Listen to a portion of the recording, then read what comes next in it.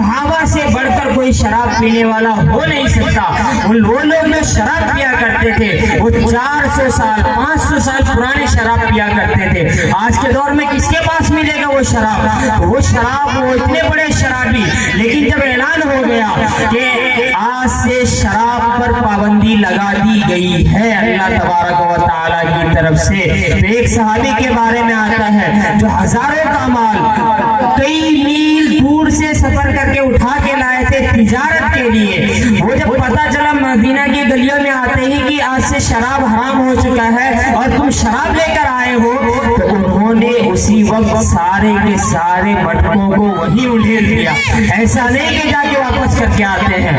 جب اللہ کا اعلان آ گیا، اللہ نے جب کہہ دیا تو اب اسے واپس نہیں کیا جائے گا، بلکہ اللہ نے جیسا کہا ہے، جب کہا ہے، جس طرح کہا ہے، ہمیں اس طرح عمل کرنے کی ضرورت ہے، تبھی ہم کامیاب ہو سکتے ہیں. آج ہم نے دین کو اپنے مطابق ڈھالنے کے چکر میں، اپنے مطابق گزارنے کے چکر میں دین کو مشکل بنایا. یاد رکھیں، دین منوانے کا نام نہیں ہے، دین ماننے کا نام ہے. اللہ تبارک و تعالیٰ نے ارشاد فرمایا، قل اطیعوا اللہ واطیعوا الرسول.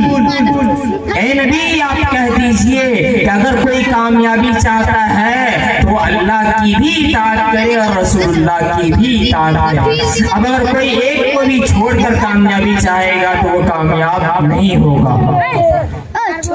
اب ایک مسئلہ رہ جاتا ہے کہ آج کی رات میں قبرستان جانا کیسا ہے؟ آج کی رات میں قبرستان جانا کیسا ہے؟ ابھی تک ہم کیا جانے کہ آج کی رات میں ہمیں کیا کرنا ہے، کیا نہیں کرنا ہے، کن لوگوں کی مغفرت ہوگی، کن لوگوں کی مغفرت نہیں ہوگی. یہ ساری بات جان چکے ہیں، یہ پورا خلاصہ ہمارے سامنے آ چکا ہے. اب ہم جانیں گے کہ آج کی رات میں قبرستان جانا جو ہمارا معمول بنا ہوا ہے، ہم ٹولی بنا کر، جماعت بنا کر، لوگوں کو جمع کر کے ہم کہاں جاتے ہیں؟ قبرستان میں استغفار کے لیے، ایصال ثواب کے لیے. اور وہاں پہ کچھ لوگ جا کے گپے مارتے ہیں، کچھ لوگ جا کے گیم کھیلتے ہیں، کچھ لوگ جا کے گانا بجانا شروع کر دیتے ہیں. یاد رکھیے، اس طرح کریں گے تو وہاں پہ جو مردے ہیں وہ بھی ہمیں بدعا دیتے ہیں کہ تم نہ آتے وہی ہمارے لیے بہتر تھا. جو ہم سے دور ہیں وہ بیٹھ کے کم از کم ذکر تو کر رہے ہیں، ان کے ذکر کا فائدہ ہماری زمین میں تو آ رہا ہے، لیکن تم یہاں پہ آ کے یہاں پہ اپنے وقت کو ضائع کر رہے ہو، فضول خرچیاں کر رہے ہو، پٹاخے بجا رہے ہو، ڈھول تاشے بجا رہے ہو. اس طرح کر کے ہمیں تکلیف نہ پہنچاؤ. یاد رکھیں، ایک تو قبرستان جانے میں حرج نہیں ہے. پہلی بات، قبرستان جانے میں حرج نہیں ہے، جایا جا سکتا ہے.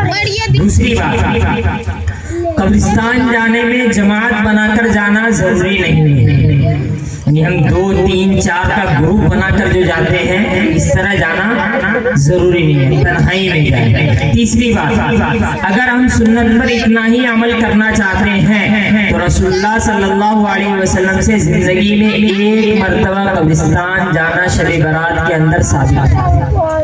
کتنے مرتبہ ہے؟ ایک مرتبہ. تو اگر کوئی شخص ایک مرتبہ جا چکا ہے تو اب پھر اس کے لیے جانا ضروری نہیں ہے. یعنی ہر سال ہم جائیں یہ ضروری نہیں ہے، کیونکہ رسول اللہ اپنی زندگی میں کتنی مرتبہ گئے؟ ایک مرتبہ. تو ہم بھی اگر ایک مرتبہ چلے گئے ہمارے لیے کافی ہو چکا.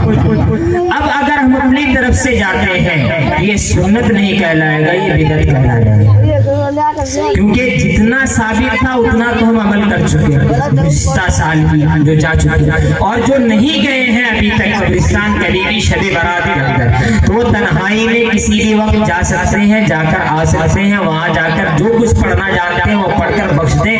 اللہ تبارک و تعالیٰ اس پڑھنے کی برکت سے وہاں جو مردے دفن ہیں ان کی مغفرت فرما دے گا. تو یہ ہمیں پتہ چل گیا کہ آج کی رات میں قبرستان جانا کیسے ہے. آج کی رات میں ہمیں کیا کرنا ہے یہ بھی پتہ چل گیا. آج کی رات میں ہمیں کیا نہیں کرنا ہے یہ بھی پتہ چل گیا. آج کی رات میں ایک کام اور ہوتا ہے کہ آج ہم جماعت بنا کر جاگنے کے لیے بیٹھتے ہیں. چائے کا انتظام کیا جاتا ہے، بسکٹ کا انتظام کیا جاتا ہے، ہے اس میں بہت سارے لوگ بیٹھتے ہیں اور وہاں بیٹھ کر دین کی باتیں کم ہوتی ہیں، دوسروں کے بارے میں زیادہ باتیں ہونے لگتی ہے۔ اس طرح ہم فائدہ نہیں کما کر غیبت اپنے کھاتے میں جمع کرتے ہیں۔ اور یاد رکھیں کہ حدیث کے اندر صاف بتلایا گیا الغیبۃ اشد من الزنا، کہ غیبت جو ہے یہ زنا سے بھی بڑھ کر ہے۔ زنا کو ہم اتنا برا سمجھتے ہیں تو اب سمجھیے کہ غیبت کو زنا سے بھی بڑھ کر رسول اللہ نے بتلا کر گیا ہے، تو اب سوچئے غیبت کتنی بڑی چیز ہوگی۔ کہ غیبت کو اس لیے بڑا کہا گیا کہ زنا کرنے والا ڈر کر چھپ کر کہیں اندھیرے کوٹری میں کرتا ہے، اور غیبت کرنے والے کے اندر ڈر نہیں ہوتا۔ ایک بات کا تو ڈر ہوتا ہے کہ جس کے بارے میں کہہ رہے ہیں اسے پتہ نہ چل جائے، اور بقیہ وہ گناہ کو گناہ نہیں سمجھتا، اس وجہ سے توبہ کی توفیق بھی نہیں ملتی، اور زنا کرنے والا گناہ کو گناہ سمجھتا ہے، اس وجہ سے کہیں نہ کہیں جا کر جیسے ابھی اگر بیان سنے گا سمجھے گا تو وہ آج کی رات میں اللہ کے سامنے جا کر کہہ دے گا یا اللہ مجھ سے جو غلطیاں ہوئی اسے معاف کر دے۔ اللہ تبارک و تعالیٰ کا دامن بہت وسیع ہے، اللہ تبارک و تعالیٰ معاف کرنے پر قادر ہے، وہ معاف کر دے گا۔ لیکن غیبت کرنے والے کو یہ فکر ہی نہیں ہوتی کہ ہم سے گناہ ہوا۔ تو سوچئے آج کی رات اتنی بابرکت رات، اور آج کی رات میں بھی ہم گناہ میں گزار دے تو ہم سے بڑا محروم، ہم سے بڑا بدقسمت اور کوئی نہیں ہو سکتا۔